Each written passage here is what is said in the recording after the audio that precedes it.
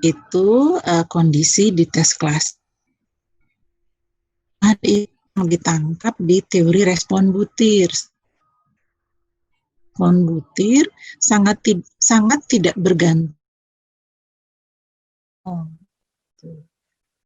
Hanya saja respon butir ini banyak asumsi yang harus dipenuhi. Kalau Anda ingin mengecek, mengukur, ini banyak, harus ratusan kalau di respon butir. Satu kelas aja cukup. Itu perbedaan antara teori respon butir atau IRT. Ya. Anda kuliah, ini akan disinggung-singgung terus ya, bedakan kedua. Isikan keduanya, tidak dicampur adukan. Kuliah adalah teori klasik ya. Kalaupun saya akan menyampaikan teori respon butir, maka saya akan mengatakan ini pada teori respon. Ada dua cabang. Klasik atau klasik tes teori dengan CTT. Kalau tadi teori atau teori modern gitu, itu adalah maksudnya IRT ya. Ada yang menyingkat dengan Inggrisnya CTT gitu ya, klasik tes teori. Klasik atau bisa juga disebut dengan teori skor murni klasik.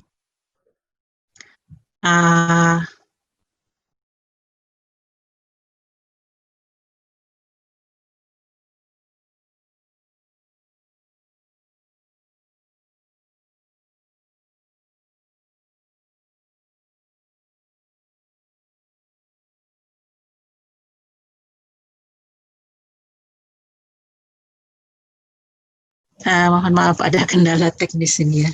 Baik, saya lanjutkan ya, tadi sampai mana? Ya, tadi ya, teori klasik disebut juga dengan teori skor murni klasik. Kemudian dasarnya adalah bahwa di teori tes klasik itu didasarkan pada ini, jumlahan ini, skor amatan itu akan sama dengan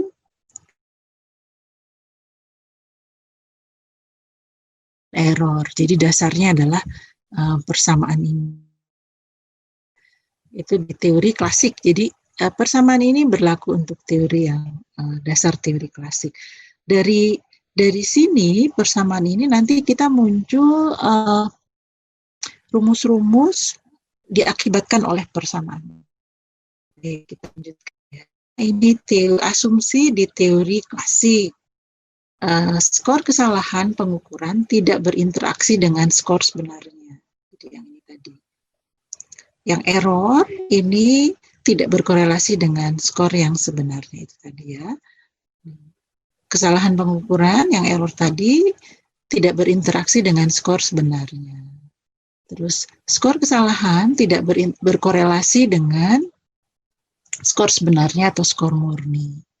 Kemudian rata-rata dari skor kesalahan ini sama dengan 0, gitu ya. Artinya dia berdistribusi normal, gitu ya. Nanti kenapa Anda belajar statistik? Karena banyak hal-hal yang ada di teori pengukuran itu menggunakan logika-logika statistik. Baik, sekarang untuk melihat kualitas dari instrumen, maka kita melihat validitas dan reliabilitas. Kalau menurut tes klasik ya, yang pertama kita bahas adalah validitas. Apa itu validitas? Validitas kalau menurut Allen dan Yen itu adalah suatu kemampuan suatu tes untuk mengukur apa yang sebenarnya yang harus diukur. Ya, itu validitas. Nanti validitas pertama adalah validitas isi. kemudian nanti ada validitas respon. Jadi kita bagi-bagi aja gitu ya. Jadi ada validitas bukti berdasarkan isi tes, ada validitas berdasarkan respon siswa, ada validitas berdasarkan bukti berdasarkan antar variabel, kemudian ada validitas kalau ini koreksi koefisien korelasi terhadap atenuasi. Artinya apa? Kalau saya punya satu set soal, validitasnya sudah ketahuan, di beberapa butir soal lagi yang paralel, maka kan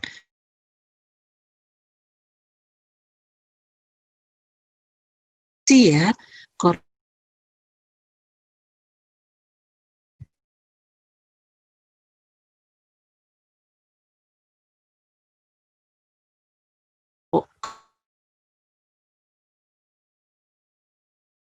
perubahan dari reliabilitas.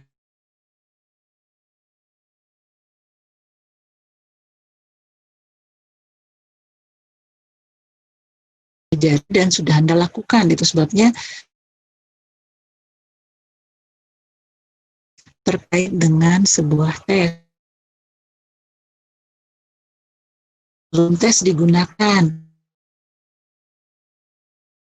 ada validitas. Nah, kalau ini sebelum dikenai ke siswa, kita cek dulu validitas. Artinya Anda tidak langsung berhadapan dengan validitas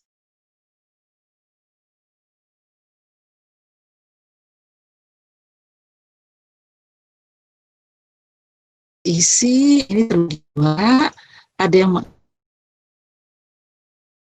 penampakan, bukan penampakan ya, bahasa di buku itu penampakan, gitu ya. Tampang dan validitas logik. Validitas kenampakan atau validitas tampang itu didasarkan pada pertanyaan apakah suatu butir dalam perangkat tes itu mengukur aspek yang relevan dengan domainnya. Tes ingin mengukur matematik, maka soalnya terkait dengan matematik, bukan terkait dengan soal bahasa. Itu kelihatan banget ya, validitas tampang. Dan validitas ini sangat tergantung dari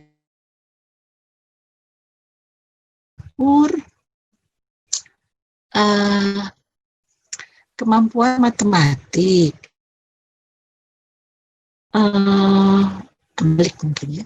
Saya ingin mengukur kemampuan di fisika, tapi soal-soal di situ cenderung soal-soal yang berbau perhitungan, jadi lebih ke fisikanya. Padahal kalau dilihat ya bunyi-bunyinya fisika gitu, tetapi sebetulnya kemampuan di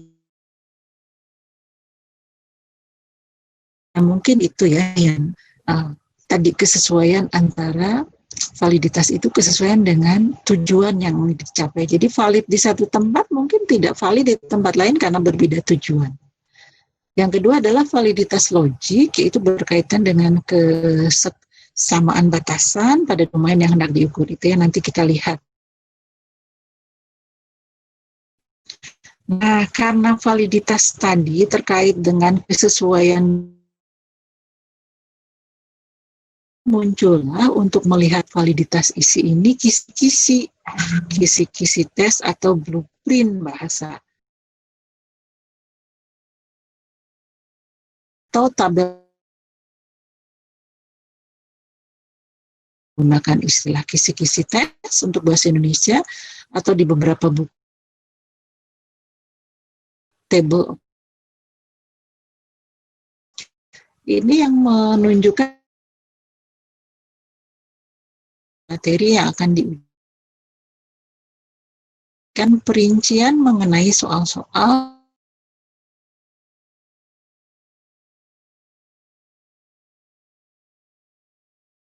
Anda harus mahir mengungkapkan indikator.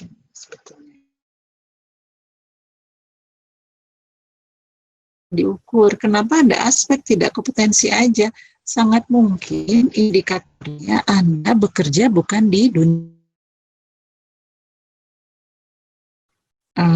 sebenarnya di dunia yang lebih saya kemampuan penalaran, saya ingin mengukur kemampuan beliefnya dan seterusnya misalnya. Nah, dasarnya adalah di indikator uraian di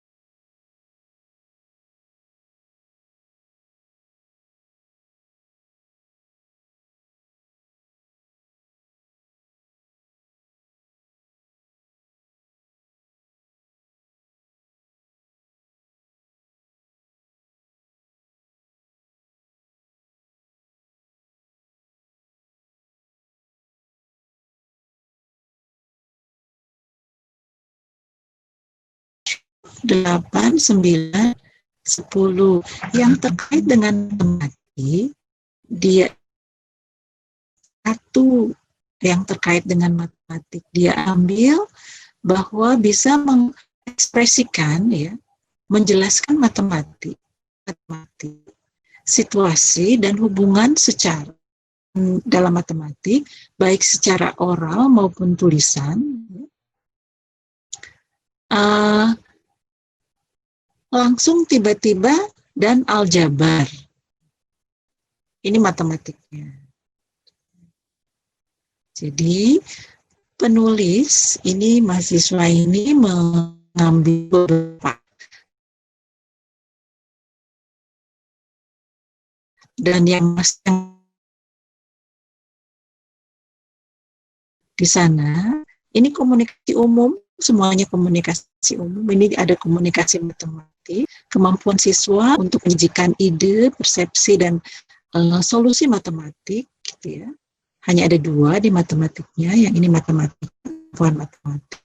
Kalau yang di sini hanya dibatasi oleh aljabar. Nah, kemudian berikutnya juga ada matematik, kemampuan untuk mendemonstrasikan matematik dalam simbol secara komunikasi lisan. Jadi matematiknya yang tadi spesifik adalah hanya aljabar. Kemudian tiba-tiba didefinisikanlah definisi operasional, kemudian ngambil aspeknya itu adalah dia bisa mendeskripsikan konsep matematik dengan simbol matematik, gambar, diagram, dan aljabar. Dan aljabar. Jadi dari komunikasi dia bilang mengekspresikan, mendeskripsikan konsep, memahami simbol. Ini yang disusun menjadi 3 aspek. Kemudian disusunlah indikator. Indikatornya akan melihat validitas isi dari validitas isi ini penting karena apa? Kebenaran respon siswa mungkin bisa kelihatan hanya salah, bijak tidak. Kenapa saya minta Anda membuat contoh kisi? Sebenarnya Anda mahir tidak mengembangkan indikator yang sesuai.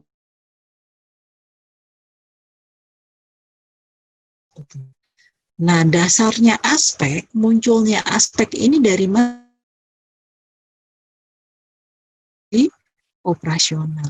Definisi operasional ini dibuat oleh siapa? Definisi operasional ini dibuat oleh peneliti atau seseorang yang ingin mengukur. Definisi operasional ini diturunkan dari mana? Definisi operasional ini diturunkan dari definisi konseptual. karena definisi itu berjenjang. Ya. Jadi dari definisi konseptual, definisi operasional itu harusnya sudah mengandung pengukuran, ya, sehingga memunculkan aspek. Maka setelah muncul aspek itu dia akan memunculkan indikator, maka jadilah indikator seperti ini. Ya, jadi pijakannya apa? Kalau ininya salah, kisi-kisinya salah, maka sebetulnya pengukurannya juga keliru. Saya berhenti sampai di sini karena ini adalah contoh yang salah. Misalnya, saya punya aspek, katakanlah definisi operasional, ini kita anggap betul dulu, meskipun ini sebetulnya menurut saya keliru, karena dia sintesanya keliru. Jadi dasarnya ini keliru. Ini sudah betul. Pada saat menguraikan di sini, aspeknya ada satu tuh, indikatornya masa satu. Indikator pencapaian kompetensi dari aspek ini masa satu. Kalau indikatornya satu, logikanya apa? Bunyi indikator itu sama dengan bunyi aspek. Itu sebabnya kalau di sekolah, nanti kalau Anda ingin mengukur di sekolah, kenapa indikator itu di RPP minimal dikembangkan 3 untuk setiap KD. Gitu. Sehingga kalau hanya satu berarti indikator sama dengan kompetensi. Kenapa saya sekarang di sini menulis aspek? Karena saya ingin bukan mengukur hasil belajar, tapi mengukur komunikasi matematis yang saya definisikan tersendiri. Ada pertanyaan dulu? Saya berhenti sampai di pengembangan kisi-kisi. Kenapa ini penting? Karena betul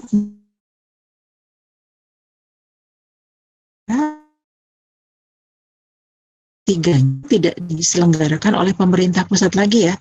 Pemerintah pusat akan mengeluarkan AKM, Assessment Kompetensi Minimal di kelas 8. Tetapi kalau di kelas 9, sekolahnya menginginkan ujian sekolah, ujian sekolah berstandar nasional, maka setiap sekolah membutuhkan ahli evaluasi.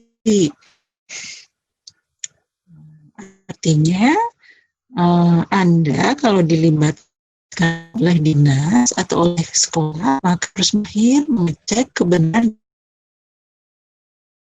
Paling enggak Anda bisa melihat bahwa indikator itu minimal di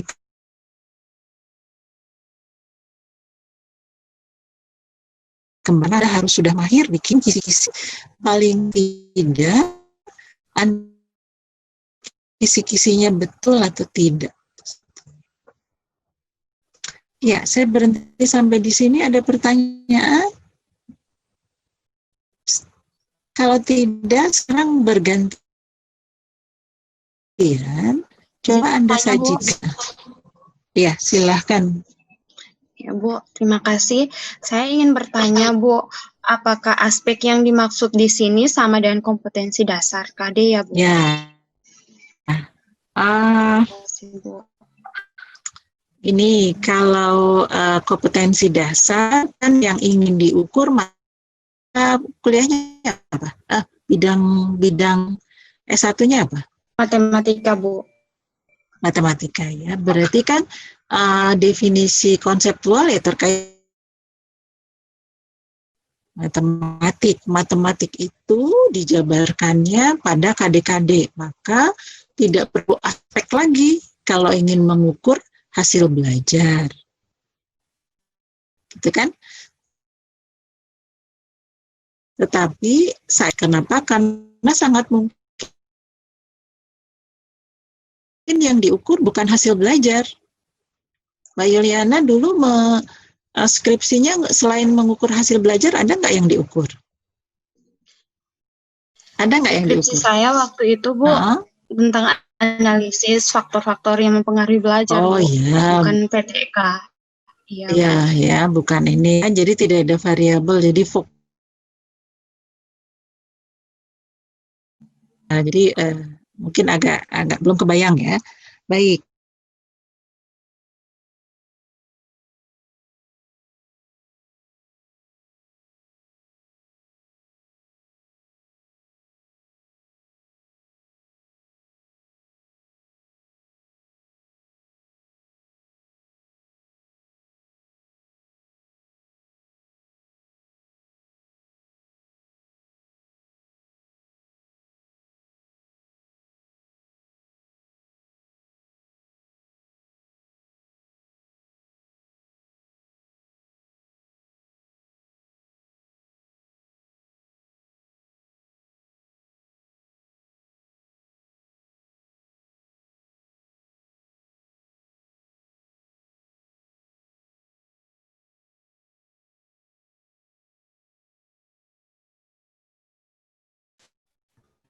Ya, putus sendiri ya.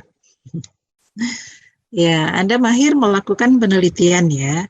Baik, ada yang mau men-share? Kan kemarin saya sudah minta menyusun ya satu soal, tidak perlu Anda ragu, coba sajikan, kita kritisi bersama apakah memang yang Anda kembangkan sudah sesuai dengan tujuan tadi ya, dengan validitas isi, betul-betul ingin mengukur sesuatu.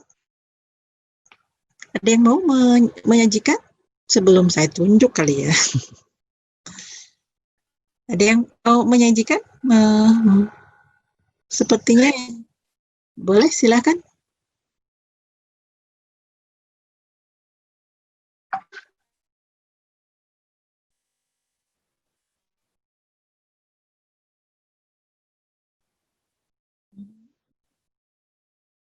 Mhm.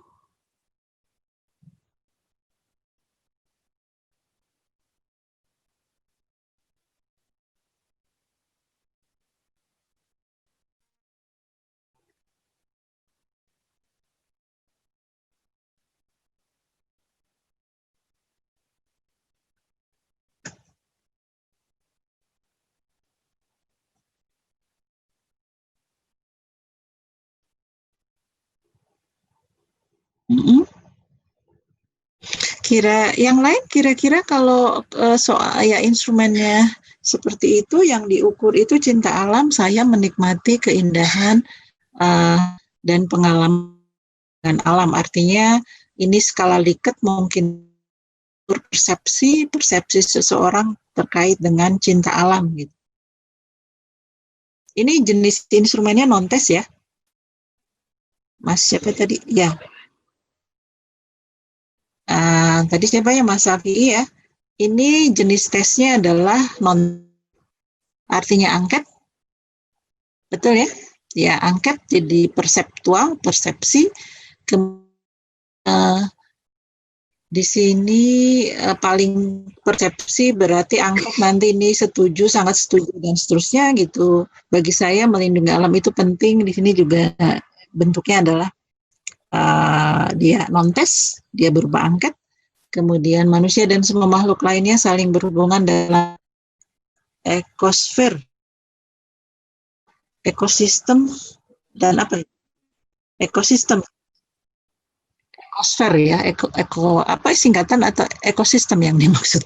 Ya, misalnya gitu. Menurut yang lain, ini sudah bisa mengukur apa yang didefinisikan belum?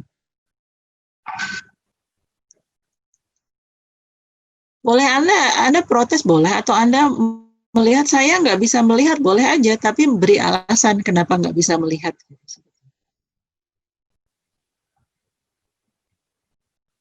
Siapa yang mau berkomentar? Misalnya, saya nggak bisa melihat ini betul apa enggak, karena saya nggak tahu kok definisi kecerdasan ganda gitu. Boleh nggak saya bilang gitu? Boleh nggak? Mungkin yang Boleh. lain gitu. Boleh. Mungkin yang lain gitu. Iya, yang lain gitu juga kan? Iya. Karena saya nggak paham definisi kecerdasan ganda itu, sebenarnya komentar dari yang saya harapkan gitu. Kenapa? Itu sebabnya kalau Anda menyusun kisi-kisi perlu dituliskan definisi operasional. Gitu ya. Jadi kita kan saling belajar ya. Jadi siapa yang bisa ini menilai kisi-kisi ini benar atau tidak? Karena sebetulnya dalam dulu apa?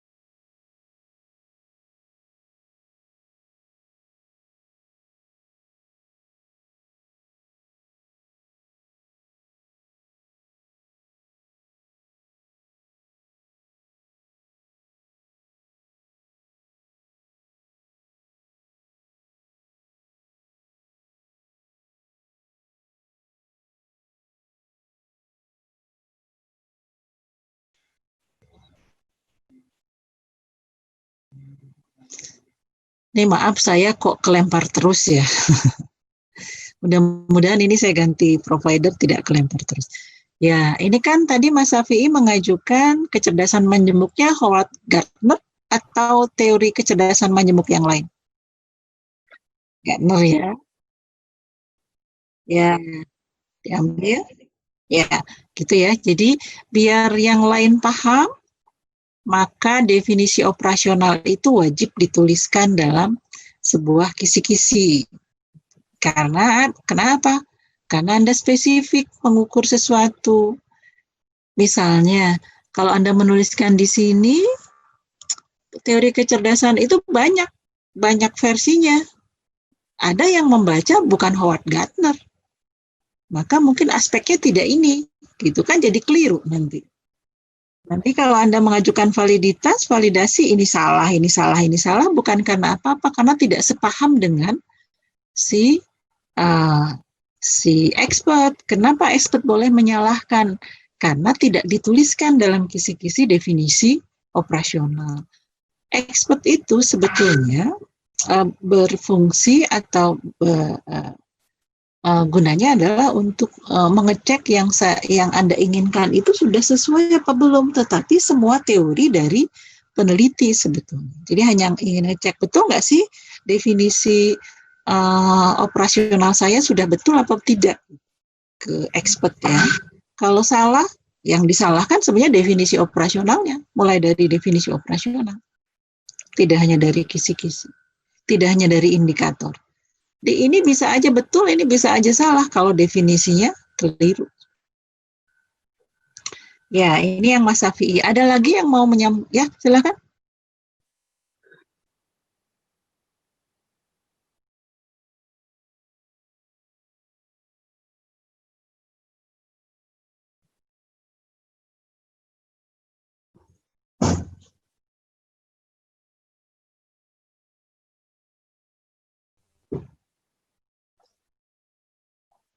Ya, yang namanya definisi operasional, karena kita bicara di ilmu sosial, kalau Anda membaca satu buku dengan buku yang lain akan sangat berbeda. Betul nggak? Contohnya aja, Anda kan dari pendidikan semua ya, ini dari pendidikan semua ya. Katakanlah, ada yang tidak setuju dengan sekolah.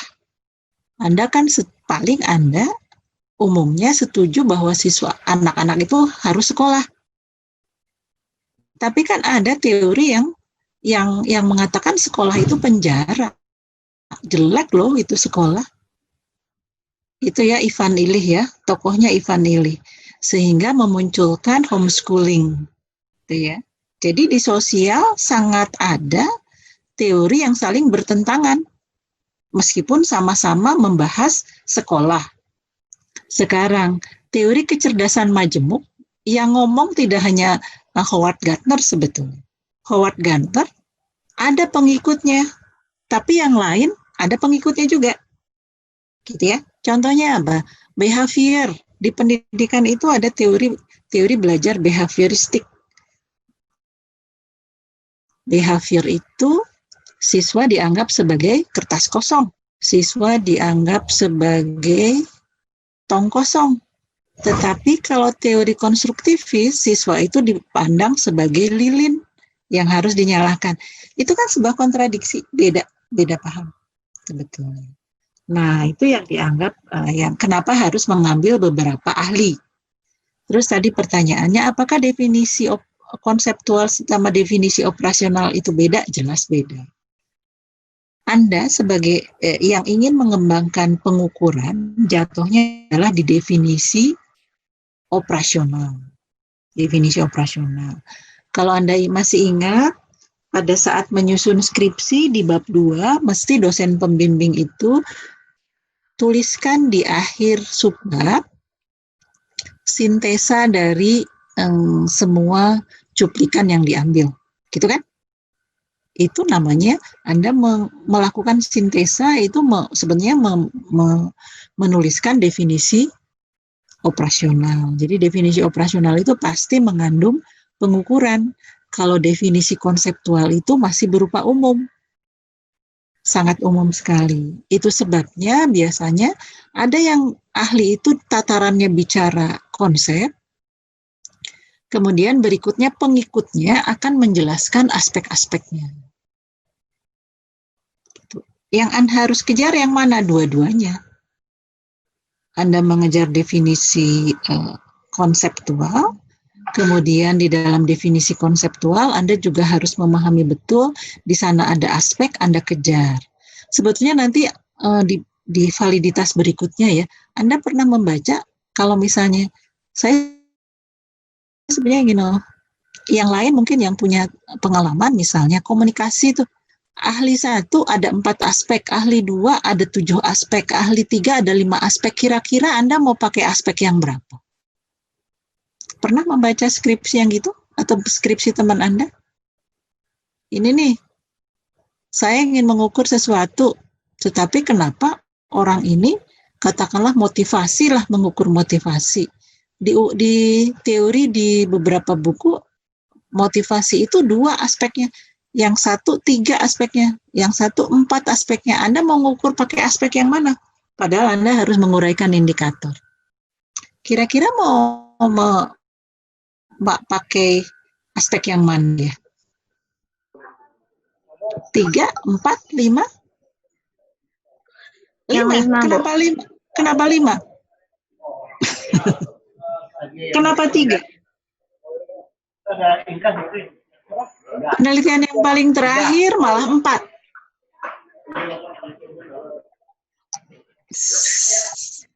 Penelitian yang terakhir malah jadi 2. Yang 1 sampelnya di SMP, yang 1 sampelnya di SMA. Di SMA bolehlah ada soalnya 20, tapi kalau pakai angket, siswa SMP dikasih 30 soal kayaknya muntah deh gitu. Nggak sanggup deh kalau anak SMP dikasih soal 30 gitu ya, angket suruh ngisi 30 nggak bakal. Sehingga kan dimanfaatkan ya, kan gitu kan. Maka kalau Anda ingin mengukur, nanti dilihat ya, di sintesa, setiap skripsi itu akan berbeda sintesanya. Itu adalah seni dari mensintesa definisi operasional masing-masing. Salah nggak salah semuanya. Tetapi kalau Anda, kok yang terakhir bisa 3, nanti ada teknik yang namanya eksplorasi faktor analisis, kemudian konfirmasi faktor analisis, EFA dan CFA. Untuk menguji sebenarnya aspeknya berapa sih? Itu dikejar pakai EFA dan CFA. Tapi untuk tataran S1 biasanya sintesanya adalah dengan logik. Yang tadi ya, validitas logik tadi. Yang 1 4, yang 1 5, yang 1 2, yang terakhir 4. Kenapa? Ternyata yang terakhir mengatakan dari 5 aspek 2 bisa digabung.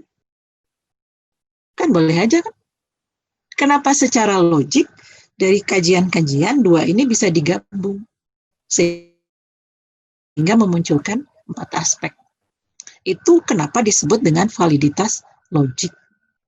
Sebenarnya. Ya, bukan dari responsif. Validitas logik. Ya, silakan. Kalau misalnya kita memakai misalnya aspeknya itu dari tahun 1988, kita pakai aspeknya itu karena itu udah bisa mencakup semuanya. Boleh nggak? Yang 988 berarti nanti Anda daftar pustakanya 1988. Wah, nanti padahal di tesis harus berapa? Usianya 8 tahun terakhir. Sebenarnya gini, kenapa harus? Tapi teorinya boleh aja gini. Kalau memang itu aspeknya didukung oleh pengikutnya, berarti kan Anda ambil pengikutnya dong. Nanti di tesisnya, di acunya adalah 1988, 2000, 2018, 2019 itu boleh. Artinya apa? Aspek itu ternyata tidak ada yang mengkritisi. Semuanya setuju. Gitu. Jadi jangan hanya satu sumbernya. Jangan-jangan sumber yang Anda ambil salah. Kenapa satu variabel minimal kalau tesis itu 5 buku, 10 buku? Karena Anda memiliki jaminan tidak hanya orang itu yang mengatakan betul. Kan itu ya, tadi ya, Mbak Elsa tadi mengatakan saya mengambil bukunya 1988. Carilah pendukungnya, jangan sampai nanti pas ujian dosennya nggak setuju dengan buku tersebut, Anda yang kena. Ini salah ini bukunya. Tapi kalau Anda bilang, ini didukung oleh ini kan, ada backingannya. Artinya ada orang yang juga mengacu dan kalau sudah mengacu artinya kan sudah mengatakan itu benar. Tidak hanya Anda saja yang menyatakan benar. Gitu ya. Jadi kenapa dulu di skripsi dosen pembimbing Anda harus mengambil menyarankan mengambil dari 3 buku kan minimal kan? Betul nggak? Ada gunanya kenapa 3 buku? Karena kalau hanya 1 buku, jangan-jangan buku itu salah. Kalau 2 buku, jangan-jangan bertolak belakang. Berarti kan harus ngambil 3 minimal. Ya, sebetulnya kalau S2 minimal 5 ya. Jadi satu variabel itu minimal 5 buku yang diacu. Gitu ya Mbak Elsa ya. Jadi kenapa bukan masalah boleh dan tidak, tetapi secara logik, secara logika, kalau hanya satu-satunya dia yang ngomong, yang lain membantah, Anda harus meragukan ya, jangan-jangan memang salah gitu yang lain dan Anda tidak ada pendukungnya nanti. Gitu ya. Jadi carilah pendukung ya. Seperti Piaget, Anda kenal Piaget ya? Piaget itu sejak tahun 1090-an ya. Kemudian behavior itu, teori behavior kan sudah lama banget. Tapi kalau Anda tetap mempertahankan behavior, ada pendukungnya. Teori behavior tidak harus bahwa pembelajaran itu pahamnya konstruktivis. Kenapa? Ada yang menganggap bahwa pemberian tugas itu sangat baik. Itu apa? Behavior itu jatuhnya. Siswa dilatih terus kan? Kalau orang konstruktivis jangan terlalu dibebani, jangan terlalu dibebani dengan PR. Itu pahamnya konstruktivis, karena dengan sedikit siswanya bisa melakukan konstruksi, sudah bisa tuh, sudah paham tuh. Tapi orang yang behavior mengatakan, nah nggak dikasih PR, siswanya lupa kan? Akhirnya kasih PR lagi, kan gitu. Kenapa? Karena beda sudut pandang. Itu aja. Jadi masalahnya itu bukan masalah siapa yang salah, siapa yang benar, tetapi sudut pandangnya seperti apa, Anda mengacu kemana, konsisten dengan sudut pandang tersebut, maka validitas ahli, itu akan melihat konsistensi. Jadi kalau Anda, ini bocoran, kalau Anda mau mengajukan validasi ke saya akan meminta definisi operasional. Tidak hanya kisi-kisi, enggak. Kalau kisi-kisi bisa nipu, bukan bisa menipu. Nggak kelihatan kesesuaian antara indikator dengan soal, dengan aspek, kan nggak kelihatan. Anda mengukur apa nggak tahu, definisinya apa nggak tahu, aspeknya itu benar 5 atau 6 saya nggak tahu kan, kalau hanya muncul di kisi-kisi tidak dimunculkan definisi operasional. Ya, itu validasi isi. Gitu ya. Ada pertanyaan di validasi isi? Ya, silahkan.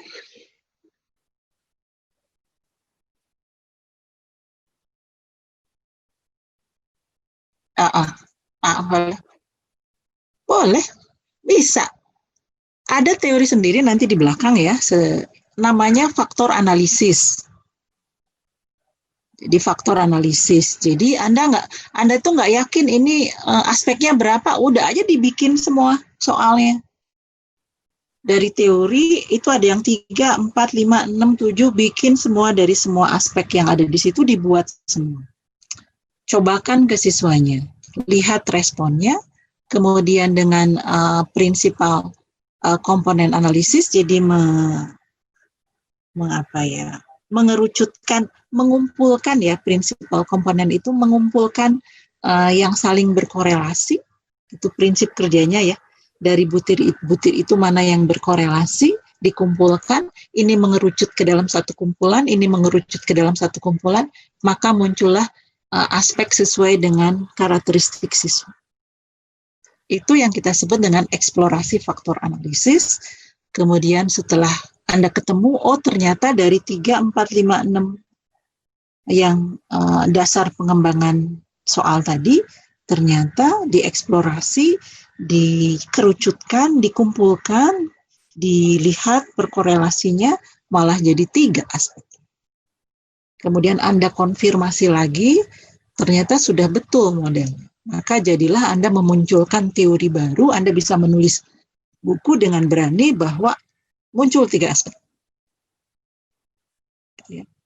Jadi teori dikembangkan dengan cara begitu. Kalau Anda berani, sanggup, misalnya Anda mau mendefinisikan kecerdasan majemuk, yang tadi Gartner itu ada 8, ternyata rata-rata di Indonesia itu mungkin tidak jadi 8 ya. Kemampuannya itu jadi banyak loh, tidak hanya 8, bisa 10 gitu, ada kemampuan yang lain. Misalnya ya, kemampuan spiritual quotient belum masuk di sana, misalnya gitu. Jadi kan tambah banyak ya aspeknya. Boleh nggak? Boleh. Sebetulnya gitu. Jadi yang disebut dengan grounded teori ya, nanti di risetnya Anda memunculkan teori baru. Jadi aspek baru dalam sebuah variabel. Sangat boleh, boleh. Jaminannya apa? Statistik. Anda bisa publish di internasional? Bisa. Dengan catatan itu tadi, sampelnya survei dan representatif, Anda bisa memunculkan. Jadi orang-orang yang mempublish di beberapa buku yang menunjukkan bahwa ini 2 aspek, yang lain berani 3 aspek, karena dia sudah punya data. Yang tadi ya. Jadi orang yang menulis di buku itu tidak asal menulis, gitu ya tadi ya. Mungkin Anda bilang, kok yang orang ini bilang 2 aspek, yang sana bilang 3 aspek, karena dia sudah melakukan riset. Itu. Jadi tidak hanya logika ini dimunculkan jadi 2 aspek, enggak. Jadi berbasis riset juga. Seorang ahli itu biasanya berbasis riset. Gitu ya. Piase, risetnya apa Piase? Anaknya sendiri, sampelnya berapa? 2 orang. Pengukurannya valid nggak? Ternyata diakui. Malah teorinya sampai sekarang abadi. Anda sanggup seperti itu Piase? Kenalnya dengan Piase ya. Piaget tulisannya. Ya. Itu anaknya sendiri. Ya, Piase anaknya sendiri. Risetnya ke anaknya sendiri. Anaknya diperhatiin gitu, dilihat terus dari lahir sampai usia 15 dilihat, dipublish terus. Dan teorinya ternyata abadi. Sangat boleh, ya itu. Yang saya katakan konsisten, itu adalah riset grounded teori namanya, memunculkan teori-teori yang baru. Ya, dengan catatan gitu ya. Jadi, kenapa saya memberikan PR seperti ini? Paling enggak Anda sudah memiliki gambaran bagaimana caranya mengembangkan instrumen yang benar. Ya. Dasarnya dari apa? Dasarnya dari kisi-kisi, tetapi kisi-kisi itu akan betul kalau definisi operasionalnya betul. Selama definisi operasionalnya masih diragukan, maka pengukurannya juga jadi tidak betul, menurut saya. Ya, ada yang mau melakukan share lagi, ini pengalaman saya, jadi Anda bisa mengukur. Sekarang S1 saya gimana ya? Mengukurnya ya. Dulu waktu saya menulis skripsi gimana ya? Betul apa enggak ya? Sebetulnya kan bisa merefleksi diri gitu ya. Oh, ternyata kemarin masih keliru. Ya, diperbaiki di S2. Oh, ternyata kemarin itu S1 itu namanya skripsi. Skripsi itu mendeskripsikan, tesis itu menghipotesiskan. Jadi kalau skripsi Anda betul di metodologi, tetapi kalau di tesis semuanya sudah betul. Jadi kalau di skripsi Anda berlatih menggunakan metodologi penelitian. Jadi masih merem ya, dosen pembimbing juga, ya sudah itu. Masih dimaklumi, gitu ya. Terus nanti di S2 Anda perbaiki bagaimana harusnya mengukur, apalagi Anda jurusannya PEP, jadi harus betul dalam melakukan pengukuran. Ada pertanyaan lagi? Kita sudah terlalu banyak. Ada yang mau men-share? Saya sudah bikin gitu. Ternyata menurut Anda masih ragu. Halo? Ada yang mau menyampaikan? Saya mungkin, Bu. Ya, silahkan Mas Iqbal ya.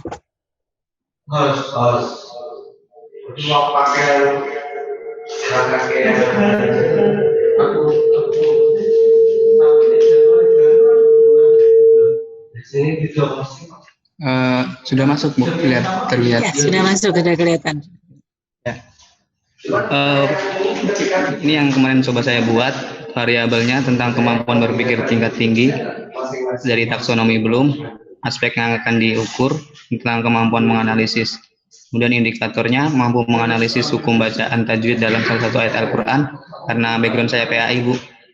Kemudian instrumennya ini, Bu. Carilah hukum tajwid yang terkandung dalam ayat 1 dalam surat Al-Fatihah. Bagaimana, Bu?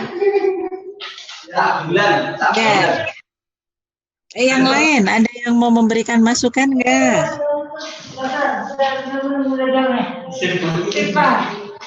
Saya hari kemarin ujian.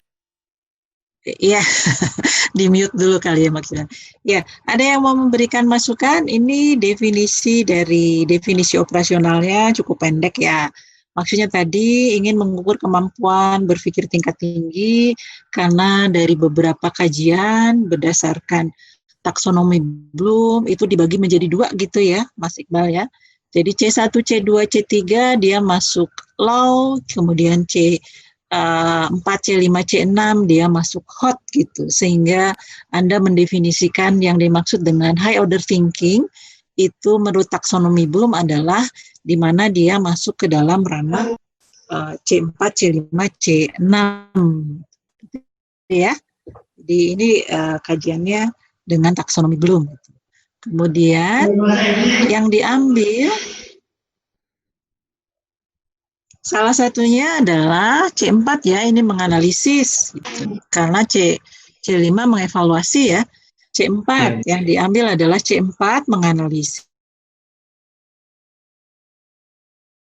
Di sini menganalisis, di sini menganalisis dulu. Menganalisis juga.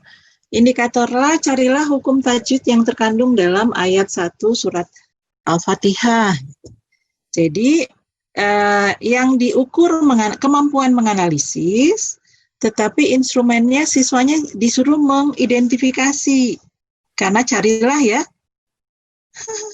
Ya, karena yang mencari ya, tidak melakukan apa-apa.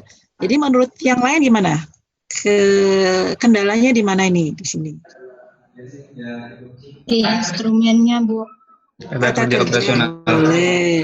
Kata kerja operasional indikator berikutnya adalah apa? Ini loh ini.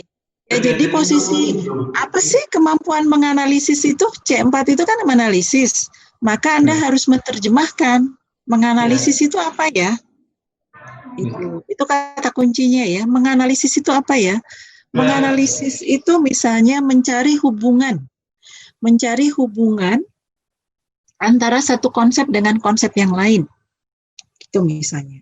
Sehingga kalau di sini menganalisis hukum bacaan tajwid dalam salah satu ayat Al-Quran, misalnya, ada nggak yang dimaksud itu menghubungkan satu dengan yang lain? Misalnya, kalau definisinya menganalisis itu adalah menghubungkan, mencari hubungan.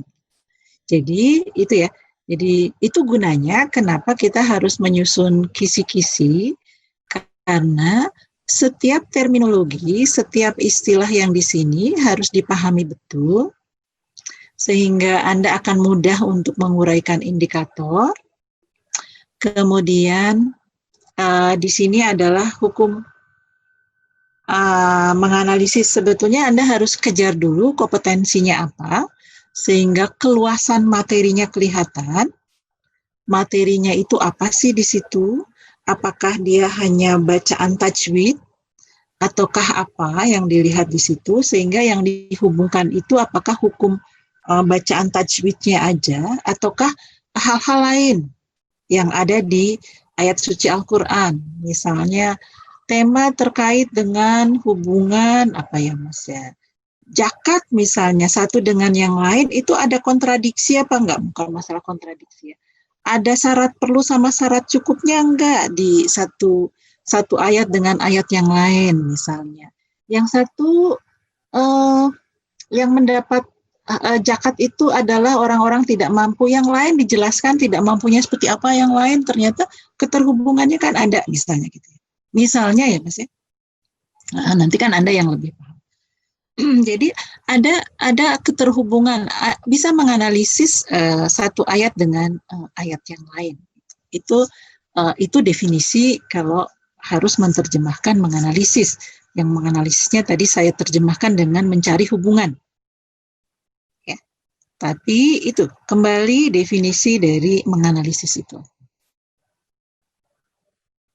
Dan yang berikutnya adalah bagaimana cara mencari keluasan. Tadi di situ ada bunyi bacaan tajwid. Nah, kalau ini terkait dengan kompetensi di agama, keluasan materi itu muncul di tadi ya, ada luasan materi yang harus dikaji di sana.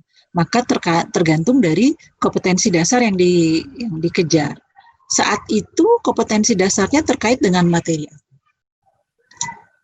Ya, ada lagi yang mau menyajikan? Paling enggak, saya menginginkan Anda. Ya, silahkan. Mbak Jumini ya. Halo, ya silahkan. Sudah bisa men-share? Ya, silakan di-share. Ini Bu, apakah sudah terlihat nggih? Kok belum ya? Belum ya. Sudah diklik share-nya? Share screen gitu? Nah, sedang proses. Sudah terlihat ya Bu? Ya, sudah. Baik, untuk tugas kali ini mohon maaf ini suaranya campur-campur. Diperbesar ini di tempat mungkin umum, Bu, mohon maaf. Ya? Diperbesar mungkin biar tulisannya kelihatan agak besar. Oh ya. Baik, sudah. Untuk variabel yang diukur itu pemahaman atau C2 levelnya, aspeknya kognitif. Kemudian ini dari bab statistika, Bu. Kemudian kompetensi dasarnya itu mengidentifikasi pengertian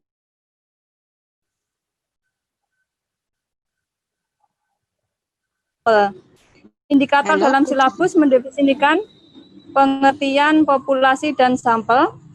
Kemudian indikator soalnya seperti ini. Aspek yang dinilai, mohon maaf, suaranya kecampur.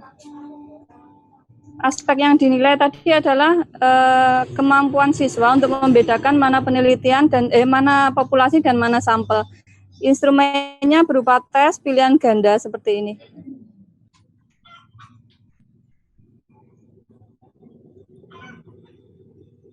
Terima kasih, Bu. Terima kasih. Ada yang mau berkomentar? Mungkin diturunkan ya, Bu ya. Iya, kisi-kisinya, iya, iya. Ada yang berkomentar? Tadi yang sesama matematik mungkin bisa memberikan komentar.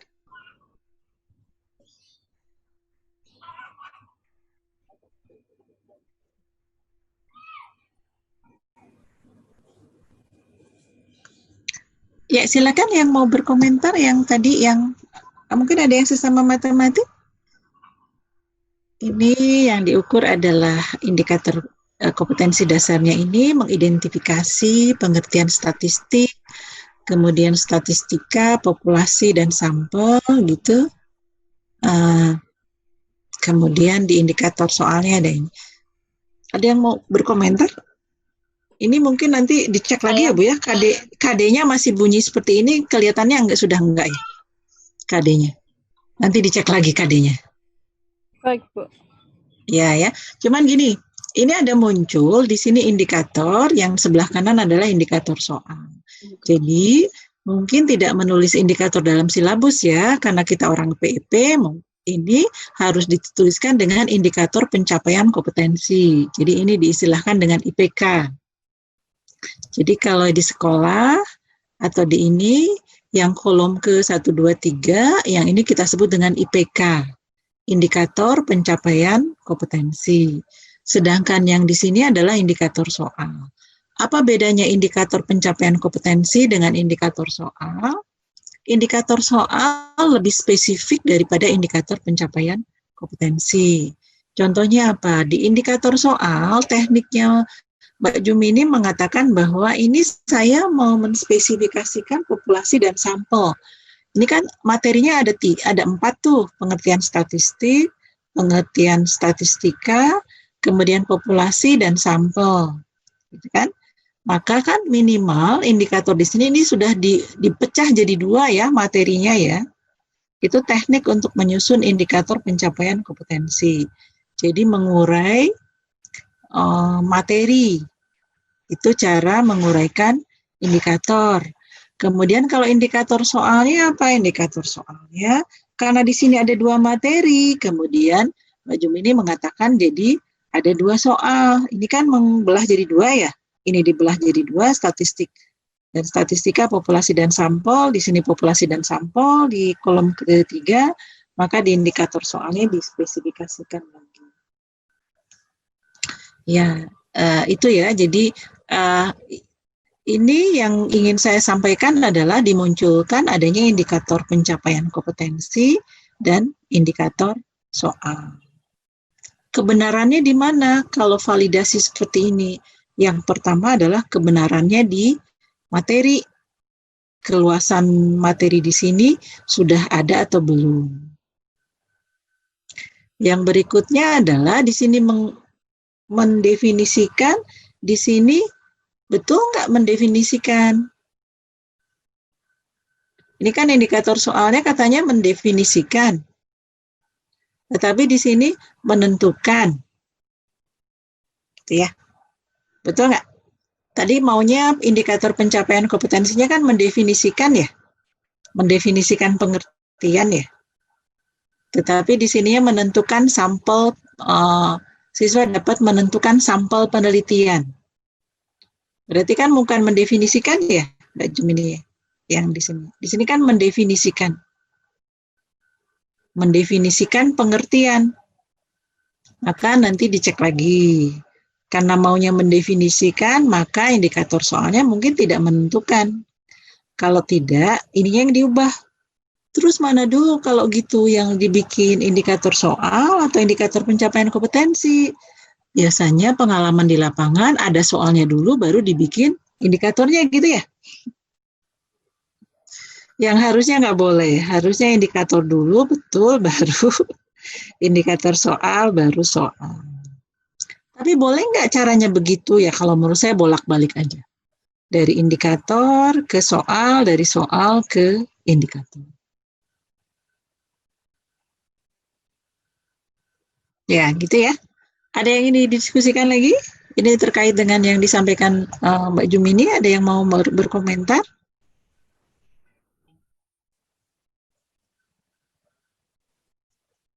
Saya, Bu, Ya, silakan. menurut saya yang belum pas adalah kata kerja operasionalnya, karena yang diukur adalah C2. Sementara mengidentifikasi atau mendefinisikan itu masuk di C1. Oke. Kasih, Bu. Ya, ya, taksonomi Bloom yang direvisi sekarang itu memuat dua dimensi. Dua dimensi. Apa artinya dua dimensi? Sangat mungkin menganalisis di matematik juga, bukan menganalisis, mengaplikasikan sangat mungkin bunyinya itu menentukan, menghitung sangat mungkin aplikasi. Tetapi yang harus diingat adalah keluasan sama nanti di soalnya. Jadi nanti Anda bisa cek ya, nanti keterkaitan dengan tadi kata kerja operasional, apakah kata kerja operasional tegas seperti yang disampaikan oleh Mbak Yuliana tadi, bahwa ada batang dan dahan ya, Mbak Yuliana ya. Kalau dulu kompetensi dasar itu lebih besar daripada yang indikator soal gitu ya Mbak Yuliana ya. Jadi kata kerja di sini itu lebih besar cakupannya daripada indikator. Nah, yang sekarang taksonomi Bloom yang direvisi, dia memuat dua dimensi, tidak satu dimensi saja. Jadi dia mengukur konten dan dia mengukur kognitif. Kata kerja menentukan, hitunglah, ya, hitunglah itu bisa C1. Misalnya, hitunglah 8 ditambah 4 sama dengan titik-titik. Tetapi saya mau hitunglah 8 ditambah titik-titik sama dengan 4. Kan sudah beda ya. Tapi posisinya tetap menghitung, tetap menentukan. Jadi kompleksitas daripada soal itu juga sangat menentukan yang disebut dengan bahwa pengetahuan kita terdiri dari fakta, konsep, kemudian prosedur, dan metakognitif. Nanti komponen tingkatan dari pengetahuannya juga diperhitungkan. Itu di taksonomi Bloom yang direvisi ya. Nanti dicoba dibaca lagi ya. Mungkin untuk semuanya saja yang taksonomi Bloom yang direvisi. Kenapa? Kalau Anda pada saat pengembangan tesis nanti akan mengukur hal-hal hasil belajar di sekolah, maka sangat terkait dengan taksonomi Bloom ya. Nanti dicoba dipahami. Baik, ada pertanyaan lain terkait dengan ini? Kita sudah jam 5:04 ya. Ibu, saya boleh share nggak, Bu? Boleh, siapa ya? Oke, Ferry Desnita, ITA. Ya, silahkan.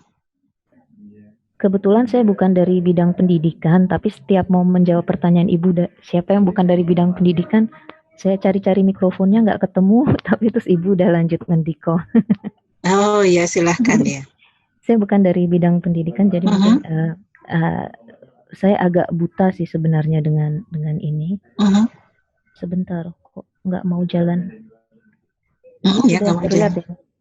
Sudah, tapi kisi-kisinya belum ada ya, hanya. Iya, di atas. Iya. Bentar. Ini karena saya benar-benar buta teori pendidikan, tapi saya berusaha untuk bikin. Jadi ini variabel yang akan diukur adalah tingkat pemahaman dalam membaca teks bidang ilmu. Lalu kemudian saya mengambil definisi konseptualnya itu dari Healy, Harrison, dan juga Ali tentang pemahaman dalam membaca. Jadi reading comprehension dalam bahasa Inggris. Jadi saya kutipnya dalam bahasa Inggris. Okay. Lalu kemudian definisi operasionalnya yang saya buat di sini, pemahaman dalam membaca teks bidang ilmu adalah siswa mampu memahami isi bacaan bidang ilmu dengan menerapkan keterampilan membaca skimming, scanning, memahami kosakata sulit menggunakan konteks, memahami inferensi, dan membuat parafrase dengan menggunakan kata-kata sendiri. Aspek yang ingin saya ambil generalisasi, jadi mewakili keseluruhan gitu ya, maksudnya dari induktif ya Bu ya. dari sampel digeneralisasi, lalu kemudian indikatornya berdasarkan definisi operasional. Jadi di sini sama memahami isi bacaan dengan skimming, scanning, mengartikan kata sulit dengan konteks, memahami inferensi dan parafrase. Instrumennya tes. Contoh kisi-kisi saya tidak paham apa yang dimaksud dengan kisi-kisi di sini, tapi saya membuat soal yang saya rangkum sendiri dari berbagai sumber. Lalu kemudian di sini soal-soalnya itu memuat keterampilan yang harus dikuasai oleh siswa, begitu Bu. Baik, ada yang mau berkomentar? Mungkin bisa ditampilkan yang tadi di atas ya, definisi konseptual ya.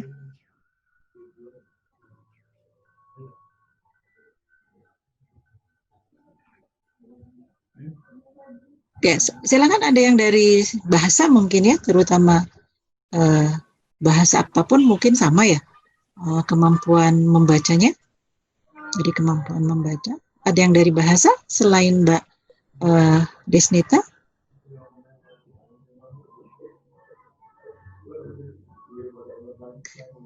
Jadi variabel yang diukur adalah kemampuan pemahaman dalam membaca teks bidang ilmu ya. Bidang ilmu, ya. Ya, jadi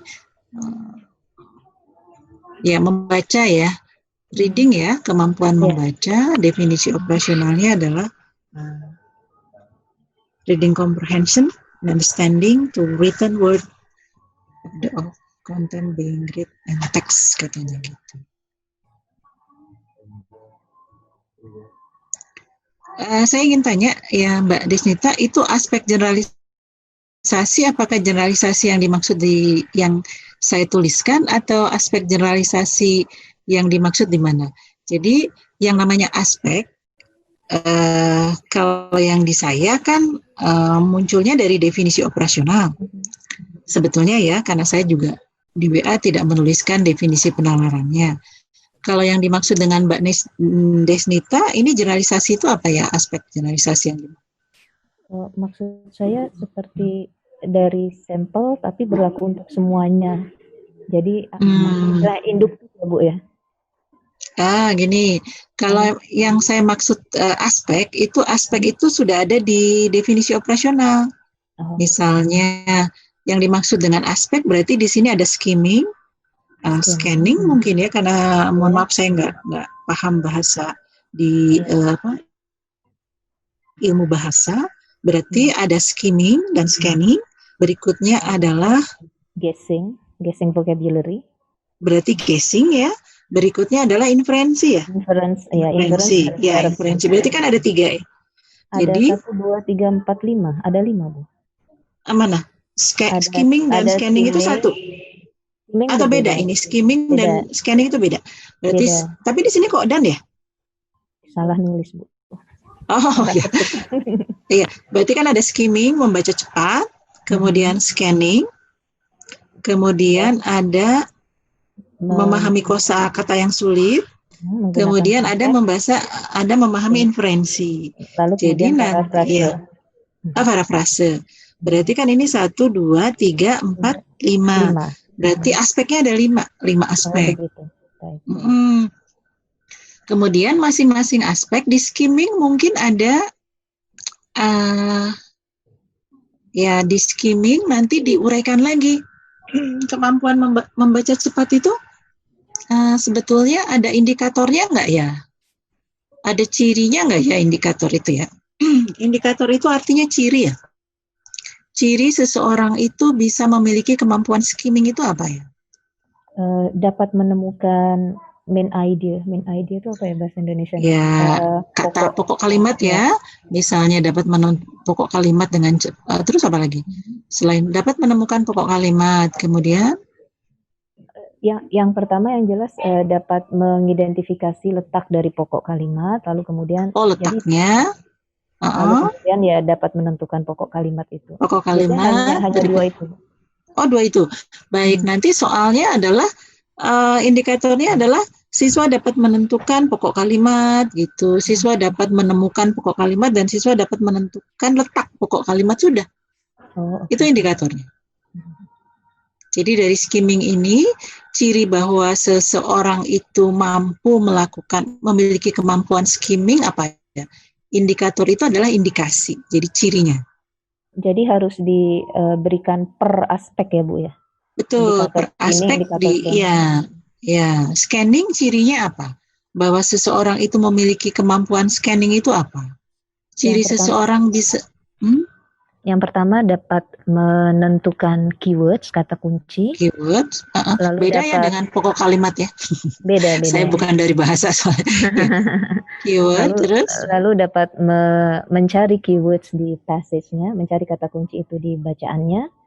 Lalu kemudian dapat menggunakan kata kunci itu untuk menjawab pertanyaan tentang specific informasi.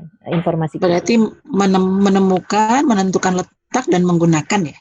Scanning itu ya?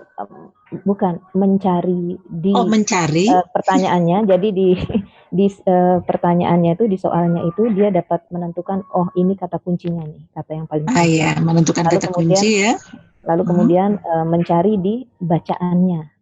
Mencari di bacaan, tapi kan tetap ini nanti soalnya itu kan ada bacaan, nanti tentukan, berarti kan gitu kan sebenarnya kan betul, gitu ya. Iya betul. Ya.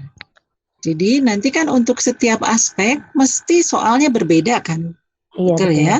Betul. Ya, itu yang dimaksud dengan saya ingin mengukur aspek-aspek yang ada di pemahaman membaca, kemampuan pemahaman membaca per aspek itu harus ada indikasinya atau cirinya, kemudian soal itu harus merujuk pada indikator tersebut. Jadi tidak ada yang terlewatkan gitu, kalau memang urai aspeknya. Kalau tadi belum diurai aspeknya itu tadi misalnya langsung gelondongan generalisasi sulit ya. Berarti kan nanti soalnya belum ukur skimming, belum bisa mengukur guessing vocabulary, belum bisa mengukur inferensi, belum bisa mengukur parafrase. Nanti jenis soalnya ini harus ada masing-masing ada yang mengukur kemampuan ini saja, sehingga Anda bisa melihat apakah si yang tester itu sudah menguasai per aspek itu bisa. Tapi kalau mau holistik langsung boleh-boleh aja. Cuman agak sulit nanti untuk kemampuan assessment formatif test atau mengidentifikasi dia tidak mampu di mana kan akan sulit. Kalau langsung satu soal mengukur semuanya, itu akan sulit. Kalau misalnya, ya silakan. Kalau misalnya seperti yang saya lakukan, misalnya membuat passage bacaannya, lalu kemudian setiap soal ini mengacu pada aspek-aspek tadi, tidak apa-apa ya Bu ya? Tidak apa-apa, stimulusnya sama. Gitu kan. Iya, ini yang di atas namanya stimulusnya sama, tapi tetap nanti di kisi-kisi namanya itu kisi-kisi tadi print ya. Satu itu mengukur apa, soal nomor 2 itu mengukur apa, tadi yang disampaikan oleh Mbak Jum ini kan ada tabel itu blueprint namanya. Jadi Anda berencana soal nomor 1 itu sebetulnya cita-citanya untuk mengukur apa kan jelas. Itu blueprint. Jadi desain satu soal ini untuk mengukur apa saja sehingga orang lain akan paham, oh ternyata yang diukur itu apa aja. Baik, terima kasih Bu. Gitu ya? Iya. Sama-sama ya. Ya. Itu terkait dengan ini sudah jam 5. Saya berhenti dulu, bukan berhenti.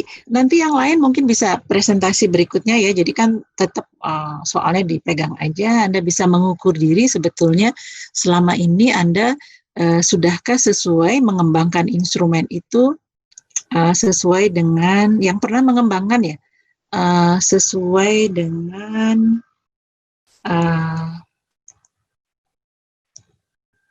sudah kelihatan belum ya? Sudah kelihatan Bu. Sebentar, yang saya share kok beda ya?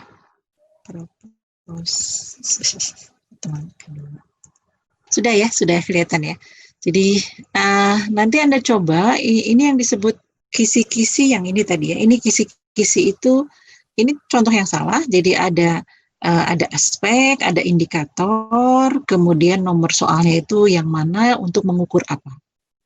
Itu namanya kisi-kisi. Gitu ya, itu kisi-kisi. Jadi kisi-kisi itu untuk apa? Kisi-kisi itu tadi kembali lagi, kisi-kisi itu adalah untuk melihat validitas isi. Jadi validitas tampang dan validitas logik yang ingin melihat betul nggak, relevan nggak dengan tujuan kita mengukur. Kalau tadi yang Mbak Desnita mengatakan saya ingin mengukur kemampuan membaca tester ya sih. Jadi saya ingin mengukur kemampuan membaca seseorang gitu, kemudian dikasih butir-butir soal yang betul-betul mengukur kemampuan membacanya. Dia bisa skimming, dia bisa scanning, dia bisa parafrase, dia bisa melakukan inferensi, dan soal-soalnya harus mengacu ke sana. Jadi betul-betul diukur per aspek dulu. Nanti masalah di akhir, soalnya yang holistik dalam satu soal itu, kemampuannya pada saat inferensi, sebetulnya kan dia harus memahami mungkin idenya disembunyikan ya. Jadi segala sesuatunya seperti kita tes TOEFL gitu kan sangat baik ya, tes TOEFL itu karena soal-soalnya itu ya inferensi, generalisasi, dia sudah berpikir tingkat tinggi ya soal di TOEFL itu, sehingga solusinya itu nggak ada di bacaan ya biasanya, karena memang kita yang diukur adalah high order thinking. Baik, itu validitas isi ya, nanti Anda cermati lagi. Nah, sekarang kalau sudah validitas isi, biasanya validitas isi itu kan diajukan ke ahli, dibaca oleh ahli, kemudian dikomentari oleh ahli, artinya Anda melihat validitas secara kualitatif, kan dicoret-coret ya oleh ahli gitu ya. Tetapi ada yang menginginkan dilihat secara kuantitatif, sehingga muncullah koefisien validitas gitu sebetulnya.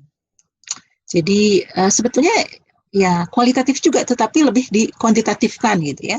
Jadi nanti ahlinya mengatakan ini penting, ini valid, tidak valid, kemudian nanti setelah kualitatif dikuantitatifkan gitu bahasanya, bukan kuantitatif langsung ya, dikuantitatifkan. Nah, ada beberapa cara yang bisa dilakukan, biasanya pakai icon V value, atau bisa menggunakan rasio validitas isi, atau CVR, atau content validity index atau CVI gitu. Jadi ada 3 yang biasanya yang umumnya dilakukan. Tapi yang paling umum di PEP yang sering digunakan adalah rumus V-value, icon V-value. Yang ini yang sering dilakukan. Buat apa? Karena kalau satu ahli bilang ini penting, ahli berikutnya bilang tidak penting, terus Anda kesimpulannya apa? Soalnya dimasukkan apa tidak ya? Kan gitu ya. Satu ahli mengatakan valid, ahli yang lain mengatakan tidak valid, terus Anda mau menyimpulkan apakah soalnya jadi diambil atau tidak, kan gitu ya. Maka berikutnya adalah mencoba untuk mengkuantitatifkan tadi validitas isi ya. Jadi validitas isi itu prosedurnya adalah setelah Anda menyusun kisi-kisi dan perangkat, Anda ajukan ke ahli, kemudian ahli akan mengisi instrumen, kemudian instrumen itu memunculkan skala mungkin ya, valid. Kalau di sini nggak saya tulis ya, nanti Anda baca yang icon ya. Misalnya di icon itu valid, ada 4 aspek, misalnya sangat valid, kurang valid, tidak valid, gitu ya. Atau rentang 4 aspek, atau rentang 5 aspek, tergantung nanti.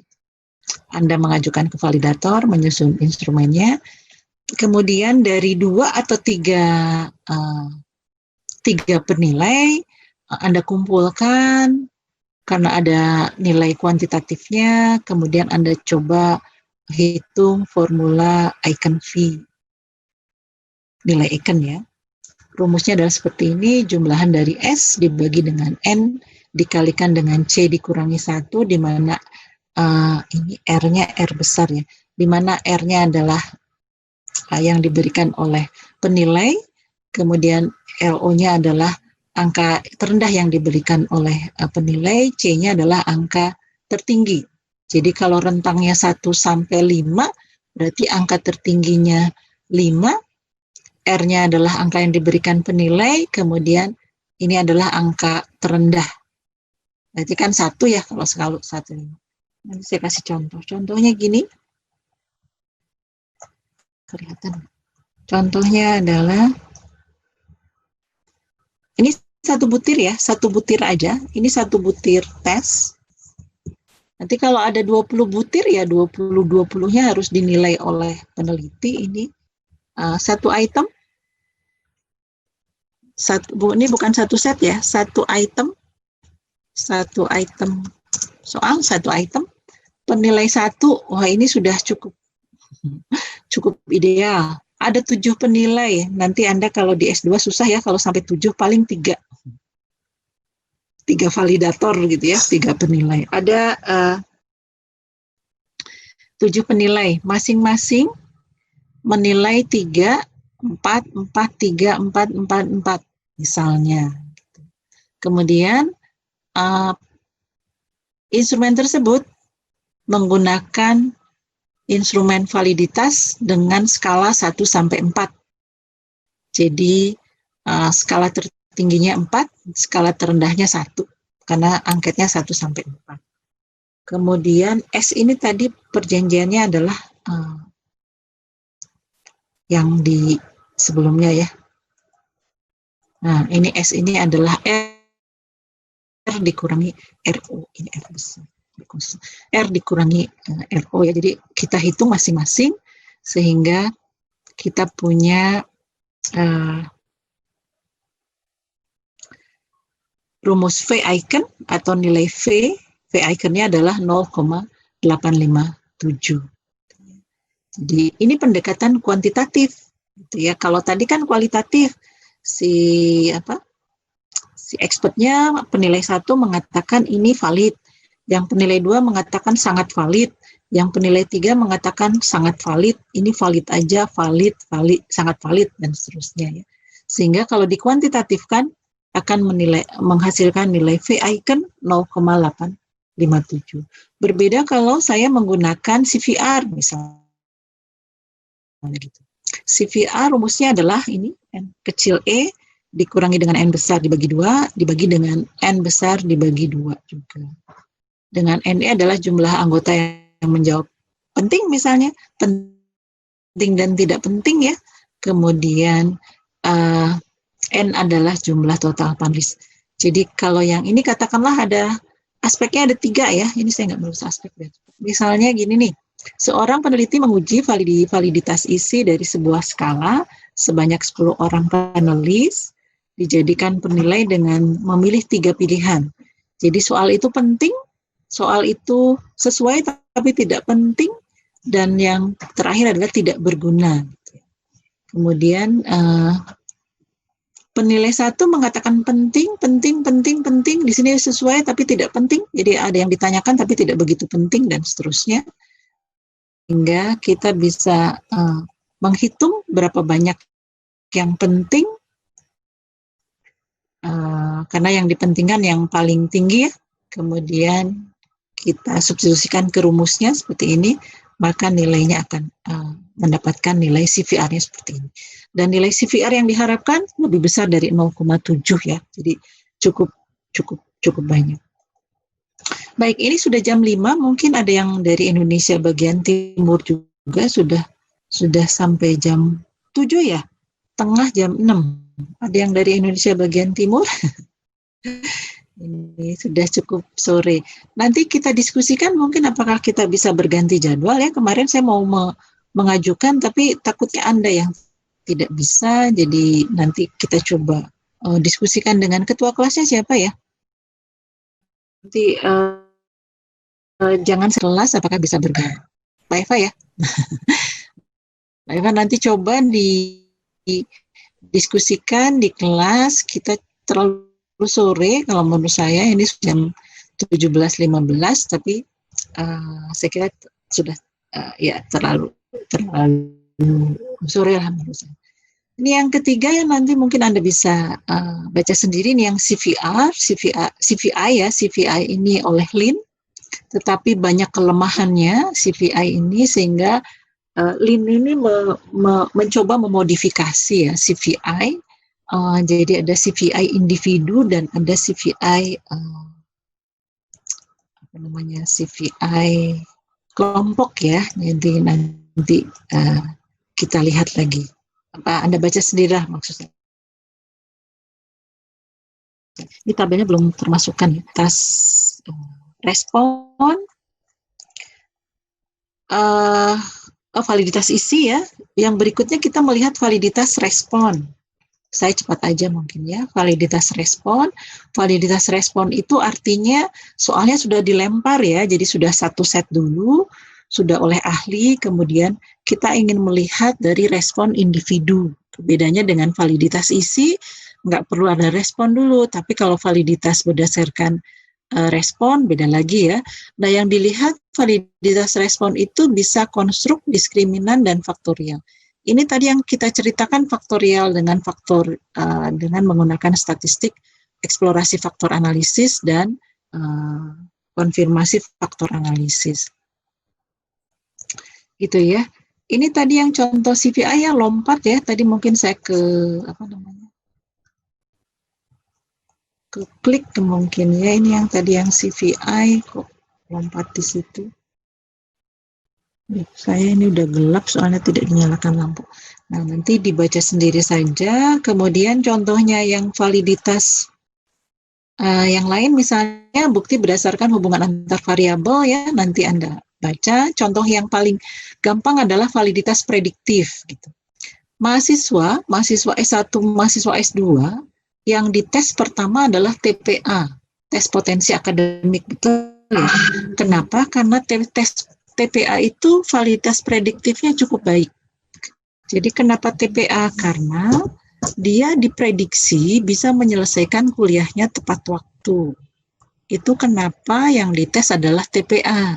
Kenapa sekarang syarat-syarat mendapatkan beasiswa adalah TPA? Karena si pemberi beasiswa harus memiliki jaminan bahwa si pendapat beasiswa bisa menyelesaikan kuliahnya tepat waktu, maka dia akan menggunakan tes TPA ini kan yang memiliki validitas prediktif cukup tinggi. Itu terkait dengan validitas prediktif. Yang berikutnya adalah kalau tadi ya, saya cepat aja, kalau validitasnya itu bergeser karena saya sudah punya satu set, saya punya soal 20 soal, tapi 20 soal ini kok ragu ya, karena soalnya masih seperti yang tahun lalu, saya ingin mengubah soal tersebut, saya tambahkan 5, maka validitasnya akan bergeser juga. Itu yang disebut dengan koreksi koefisien korelasi. Biasanya kan di sekolah-sekolah soalnya itu-itu aja ya, soalnya tidak diberikan ke siswa, tetapi di-keep oleh gurunya biar nggak bikin soal lagi. Tapi mungkin Bapak Ibu guru ngerasa kenapa soalnya gitu-gitu aja ya, terus mencoba untuk menambahkan 5 soal, sehingga dari 20 menjadi 25. Itu nilai validitasnya juga berubah. Caranya mendapatkan validitas, nilai validitas, rumusnya adalah seperti ini. Gitu ya. Nanti dicek itu logikanya aja biar cepat. Nanti ini ada contoh juga. Tadi dasar penurunannya, ini adalah dari 50 item yang mempunyai reliabilitas sekian, dengan koefisien validitasnya sekian, tadi ya sudah dihitung koefisien validitas responnya, kemudian ditambahkan lagi 25 tes soal. Maka akan terjadi perubahan reliabilitas dan akan terjadi perubahan validitas juga. Ya, terima kasih, saya sudah cukup panjang saya kira karena sudah sore gitu ya. Saya akan share di grup WA mungkin ya materinya ya, bisa Anda baca. Nanti tolong mungkin dipindah biar tidak terlalu malam ya kita kuliahnya. Gitu. Sebelum saya tutup, ada pertanyaan atau tidak perlu karena sudah sore? Ada pertanyaan? Mungkin di pertemuan berikutnya, Bu. Ya, Dicerna di dulu. pertemuan berikutnya aja ya, tidak apa-apa ya. Ini sudah terlalu cukup sore. Nanti akan saya share ini di grup kelas. Silahkan Anda mempelajari. Anda tambah dengan bacaan-bacaan yang lain sehingga paling enggak setelah pertemuan ini Anda sudah mahir mengembangkan kisi-kisi, mengapa perlu kisi-kisi, mengapa kita perlu mendefinisikan definisi operasional, karena kita harus memberikan jaminan validitas isi. Validitas respon kita belum mencoba, silakan Anda mencoba.